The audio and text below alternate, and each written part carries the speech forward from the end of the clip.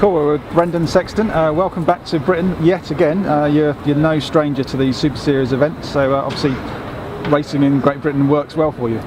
Yeah, I've been coming over here for a couple of years. We're normally based in France or Spain for the northern summer, so it's easy to get across here, and the events are always great. There's always good competition and they're really well organised, so it's a pleasure to come over here every year. Yeah. And obviously so much of your season now for the top athletes is based around World Cup racing and World Series racing. Is it a bit of a refreshing change in some ways to come to an event like this where essentially you can just race? If you race well, yeah, you get some prize money, but points and stuff not really matter. It's just going out racing and maybe having a bit more fun in a slightly more relaxed environment?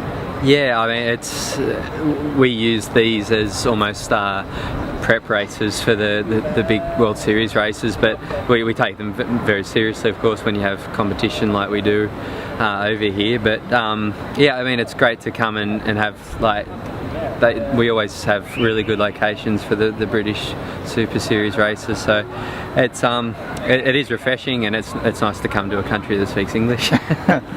And let's talk about Australian triathlon at the moment. Obviously, if we go back a couple of years, the men particularly were getting maybe a little bit of abuse or for not maybe living up to some of the icons that you've had in the sport in the past. Yep.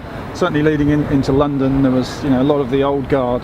But we've come forward 2 years and we've got the likes of yourself, but also how Aaron Royal stepped up, Ryan Bailey, Dan Wilson and others. So it seems a very fresh and almost a new era of Australian male triathletes. Is that how you feel things are at the moment? Yeah, definitely. I mean, I think I was sort of stuck in a bit of a no man's land where just as Courtney and Brad were sort of leaving the sport, I was the only sort of link in the chain, and just over the past 2 years there's been a heap of guys step up. I train with both Aaron and Ryan, and I see how hard they work and how talented they are, and it's really good to see Australia have that sort of strength again, and I think that's only going to get stronger. Like, they're pushing the guys like me along, like they've overtaken me, and so I've got to sort of step up to where they're at the moment. And there's guys even younger than them that are coming through, like Jake Birtwistle, who's racing here tomorrow. He's an amazing talent, and he too works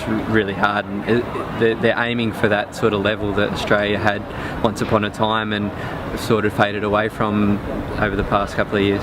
Yeah, and how do you sort of assess your own form over the last couple of years? Because it seems like you've had some really fantastic races where you've been right up there in World Cups and World Series, and you've had some other races where you've been down in the 40s and 50s and maybe a little bit inconsistent over that time. What is it you need to sort of pull together to get that on a consistent level going forward? Yeah, I mean, after London, I identified I had some pretty vast weaknesses that I had to work on to get up to the sort of the Brownlee level.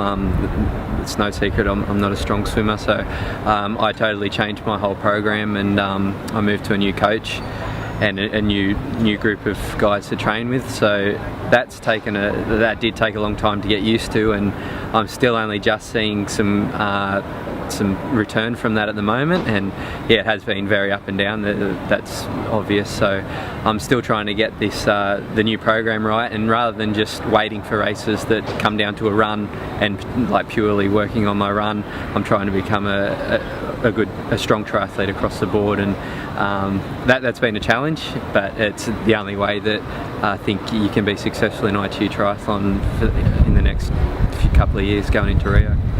And you've been racing those World Series races for a few years now. Obviously we're all familiar with the guys that are right at the front, the Gomez's, the Brownlees and co.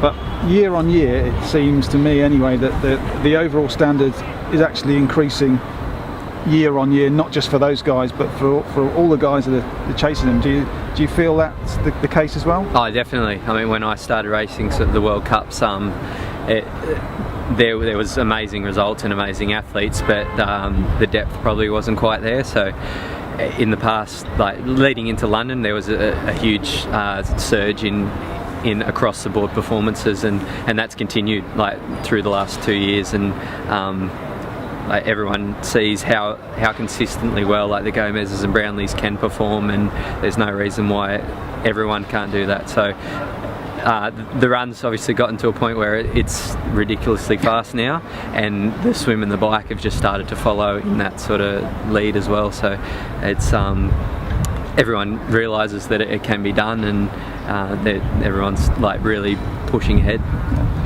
After you've raced here at Liverpool, what's going to be your plan for the rest of this year? Will you be out in the grand final? Yeah.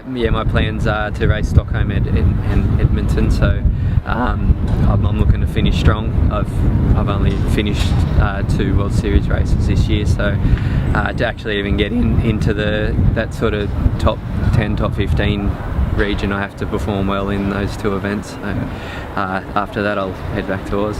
Yeah, well, good luck with that, and good luck with the race tomorrow. And I'm sure we'll be seeing you at many British Super Series in the future. But it's great to speak to you. I certainly hope so. Thanks. Cheers, Brendan. Cheers.